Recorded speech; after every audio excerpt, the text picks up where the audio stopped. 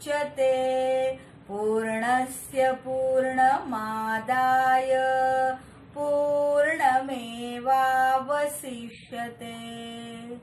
गुरुर्ब्रह्मा गुरुर्विष्णुः गुरुर्देवो महेश्वरः गुरुः साक्षात् परब्रह्म तस्मै श्री गुरवे नमः। गुरवे नमः। गुरवे नमः। सावकाश डोळे उघडायचे। नमस्कार, घरचा वैद्य चॅनल मध्ये मी सुजाता गानू टिकेकर आपणा सर्वांचं मनपूर्वक स्वागत करते।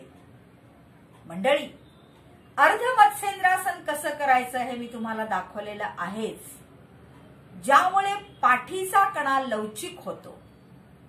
मत्स्येंद्र ऋषींनी पूर्ण मत्स्यासन म्हणजे पूर्ण मत्स्येंद्रासन आणि अर्ध मत्स्येंद्रासन हे दोन्हीही सांगितले, पण पूर्ण मत्स्येंद्रासन हे करायला थोडं अवघड असल्यामुळे अर्ध मत्स्येंद्रासन हे केलं जातं। पण तुम्हाला माहिती पाहिजे म्हणून मी आज पूर्ण मत्स्येंद्रासनाचे फायदे आणि त्याची माहिती आणि ते करण्याचा प्रयत्न मी करणार आहे। या आसनाचे फायदे अनेक आहेत। अर्ध मत्स्येंद्रासनाचे सर्व फायदे तर मिळतातच, याशिवाय कुंडलिनी शक्ती जागरूक व्हायला मदत होते, प्राणशक्ती जागरूक होते आणि तुमच्या शरीरातील सर्व विकार बरे होतात। मधुमेहींची शर्करा नियंत्रित करणारं हे आसन आहे।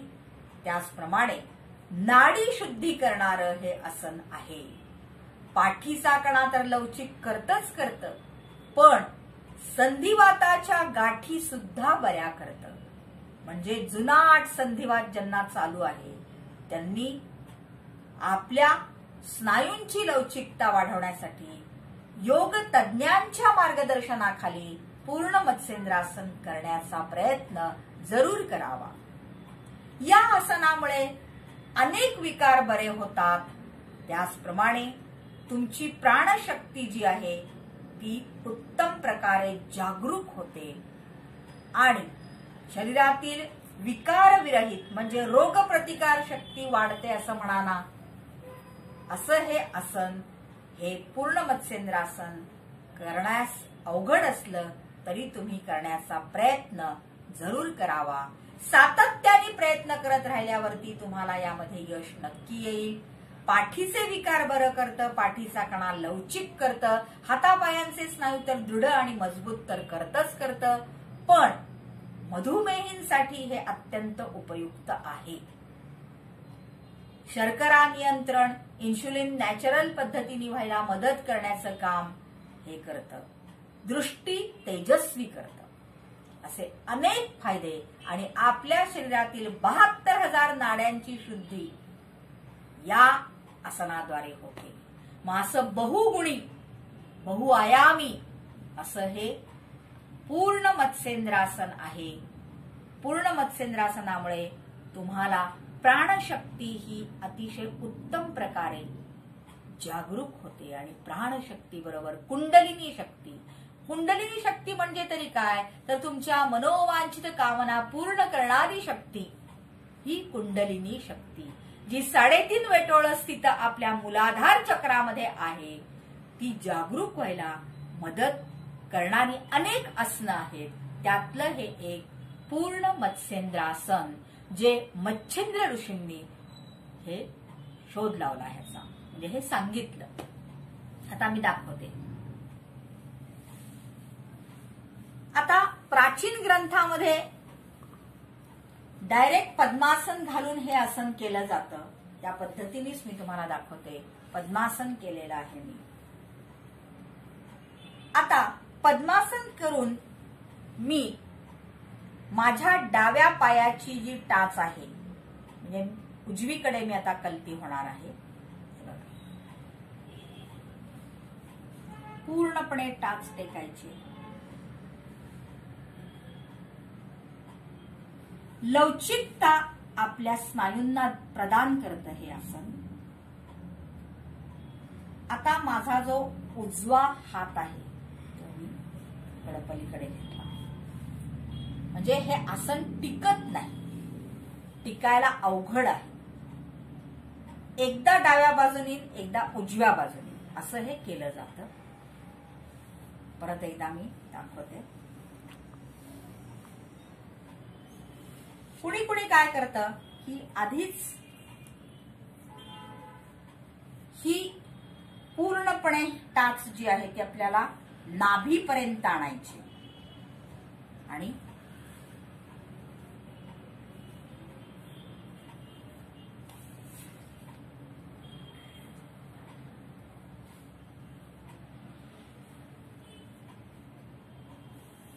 पत्तच राहू शकतात आणि हात कमरेला लपेटायचे. मी हात कमरेला लपेटायला सुरुवात केली की माझी ही टाच जी जमिनीला मी टेकवलेली आहे ती थांबत नाही. पण प्रॅक्टिसने होऊ शकतं. पूर्वी मला हे उत्तम प्रकारे जमत होतं. आता मी तुम्हाला फक्त दाखवतेय कशा पद्धतीने हे होऊ शकतं.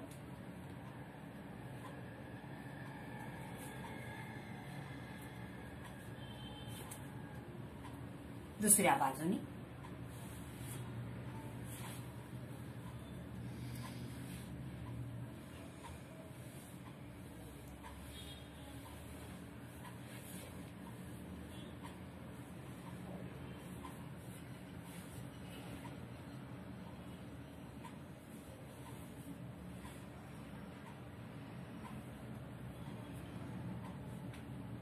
अशा पद्धतीने कमरेच्या स्नायूंना पण एक्सरसाइज मिळतो, व्यायाम मिळतो.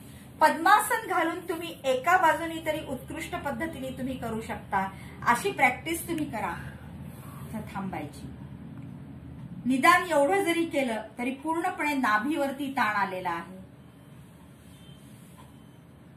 आणि मग कमरेला लपेटून हळूहळू रेटा देत देत पूर्णपणे टाच टेकवायची. हे बघा, लक्षात आलं तुमच्या? हे बघा, पूर्णपणे मी इथं दुसऱ्या पायाची टाच पूर्णपणे तुमची नाभीपर्यंत सरकत जाते.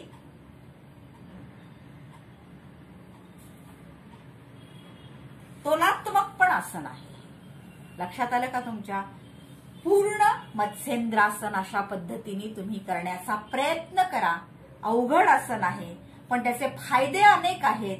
रोज तुम्ही अशा पद्धतीने ट्राय केला तर नक्की तुमची टाच इथं टेकेल आणि पूर्णपणे तुम्ही असं पद्मासनामध्ये पूर्ण उभं राहून म्हणजे बैठक स्थितीमध्ये म्हणजे ही अशी स्थिती आपण घेतोय आणि खांद्याच्या पलीकडे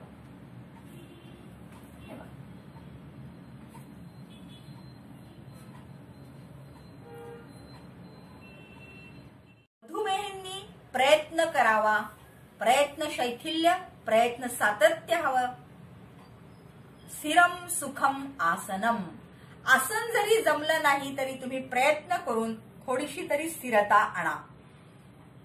पद्मासन घालून एकदा डावीकडे आणि एकदा उजवीकडे अशा पद्धतीने तुम्ही हे पूर्ण मत्स्येंद्रासन करू शकता. याचे फायदे मी तुम्हाला सांगितलेले आहेतच. हा व्हिडिओ आवडला असेल तर लाईक करा, शेअर करा, सबस्क्राईब करा आणि हो, माझी ही पुस्तकं तुम्ही जरूर वाचा. घरचा वैद्य हा आयुर्वेद विशेषांक आहे आणि आरोग्यम हा पण आयुर्वेद विशेषांक आहे. आरोग्यम मध्ये प्रसूती नंतरचे आणि प्रसूती पूर्वीचे असे व्यायाम प्रकार सांगितलेले आहेत आणि घरचा वैद्य मध्ये करोना जावा म्हणून कशा पद्धतीने प्राणायाम करून शरीर आणि मन संतुलित राखायचे याबद्दल माहिती सांगितलेली आहे. आयुर्वेद विशेषांक आहेत त्यामुळे इतर वनस्पतींची, औषधी वनस्पतींची माहिती पण यात आहे. शेळीच्या दुधाबद्दल किती सकस आहे हे पण घरचा वैद्यामध्ये सांगितलेलं आहे. असे अनेक विषय, या विषयांचा समावेश या दोन्ही अंकांमध्ये केलेला आहे. किंमत घरचा वैद्याची 150 रुपये आहे तर आरोग्यमची 140 रुपये आहे. घरपोच डिलिव्हरीसाठी 9860072204 वर संपर्क साधा आणि नक्की तुमच्या संग्रही हे अंक ठेवा. आज इथंच थांबते. नमस्कार.